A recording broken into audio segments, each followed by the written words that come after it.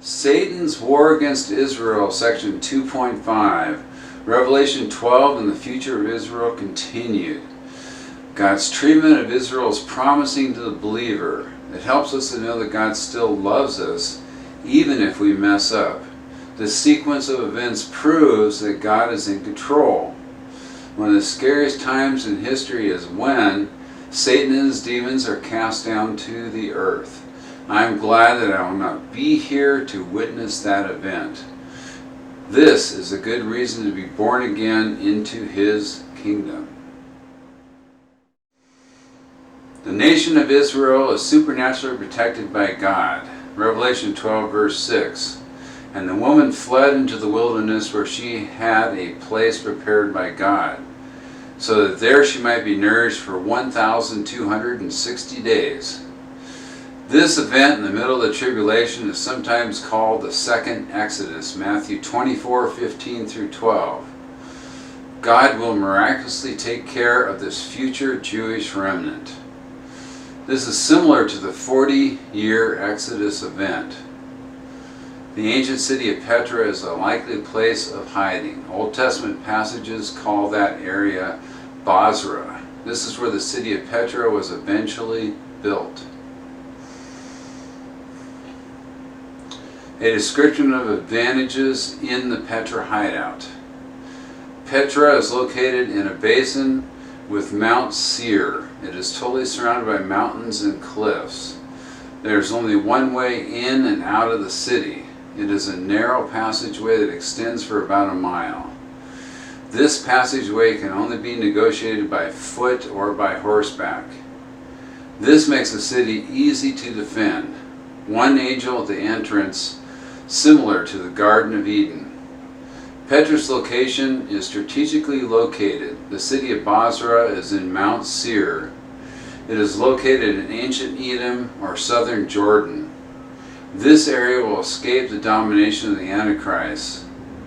This makes it a primary place for God to hide His chosen people. The battle of God versus Satan. The historic conflict between Christ and Satan reaches a climax. Essentially, Satan and his demons are cast out of heaven to the earth. This will occur at the midpoint of the 7-year tribulation period, Revelation 12, 7 through 12. Essentially, Satan's defeat is first accomplished in heaven by Michael and his angels. This prepares the path for Satan's final defeat. This will happen at the second coming of Jesus Christ, Revelation 20, 1 through 3.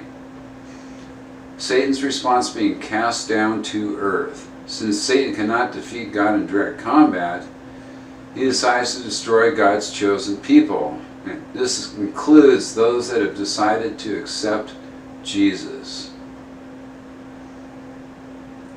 Revelation 12, verse 13. And when the dragon Satan saw that he was thrown down to earth, he persecuted the woman who gave birth to the male child. Satan knows that he has a short time. He must destroy Israel during this last period of time. This would be the only way to stop the second coming. Satan thinks that he can obstruct God's predestined plan. He does not realize that God has allowed this struggle. He never had a chance since the beginning.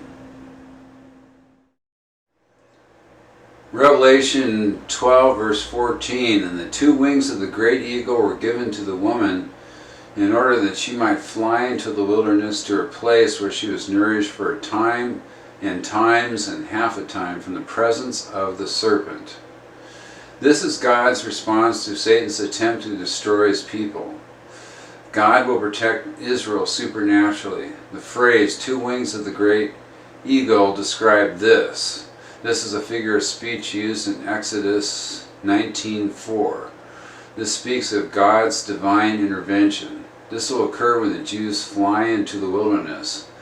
They will flee to where they will be protected.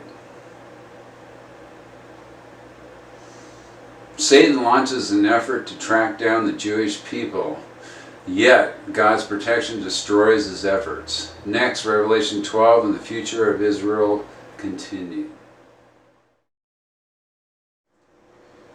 If you want to study in more depth, I have included URLs to a PDF and the desktop phone graphic studies that I put on Facebook.